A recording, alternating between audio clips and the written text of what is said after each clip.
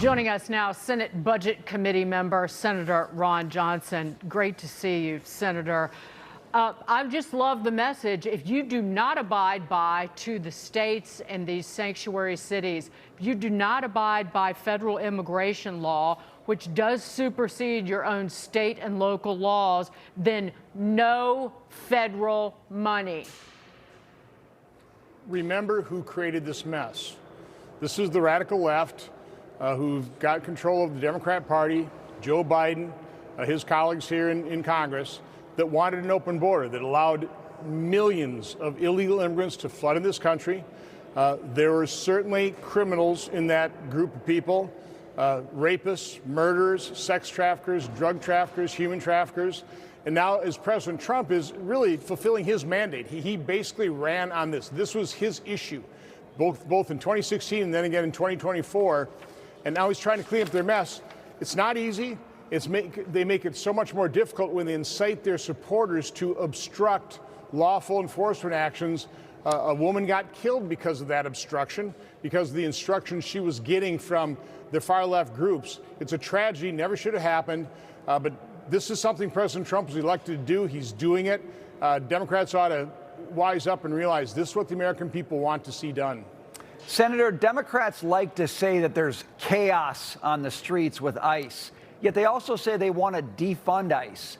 If you wanted to get rid of the chaos, the number one thing you would do is fund ICE, and the number two thing you would do is tell sanctuary cities to use local law enforcement to help ICE do their job as efficiently as possible. Am I being too simplistic here, sir?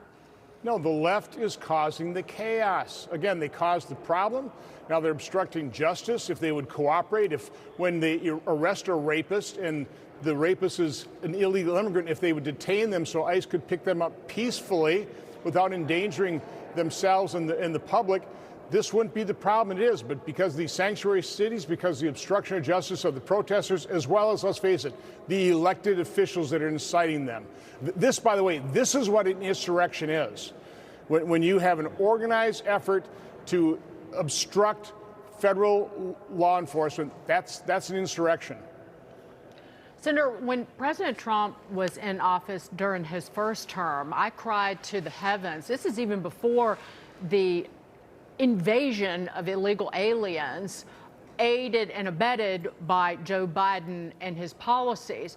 But back in President Trump's first term, I was screeching to the high heavens that the Republicans should have used their power of the purse to defund all of these sanctuary jurisdictions, states and cities, because that's the easiest way to do it. And once again, it has fallen on the president to use executive orders. He has said that it will come down to February 1st, we're not going to be making any more payments to sanctuary cities or states. But you know that's going to get blocked by a judge, right, as it happened early, kind of middle of last year. So where's Congress in all this? I know that there are a lot of pieces of legislation on deck, but none that have passed. Well, this is why I agree with President Trump. It's time to end the filibuster before the Democrats for sure do when they take power. We would do it, though, to secure our nation, to secure our elections, to secure our border, to secure taxpayer funds by ending all the fraud that's going on in these programs. But we don't have partners in the Democrats right now. They refuse to secure our borders. They refuse to secure our elections. This is their game plan. Flood the country with illegal immigrants, flood sanctuary cities, sanctuary states, get counted in the census, increase the number of members of Congress so they have power. This is their game plan. It's been working spectacularly well. And President Trump can't do it all with executive orders. He's trying. He secured the border unbelievably without any help from the Democrats. All he gets is obstruction. Americans have to awaken. There's a huge difference in the party. One party loves America, loves the values, wants to have secure borders. One party takes the opposite view of that.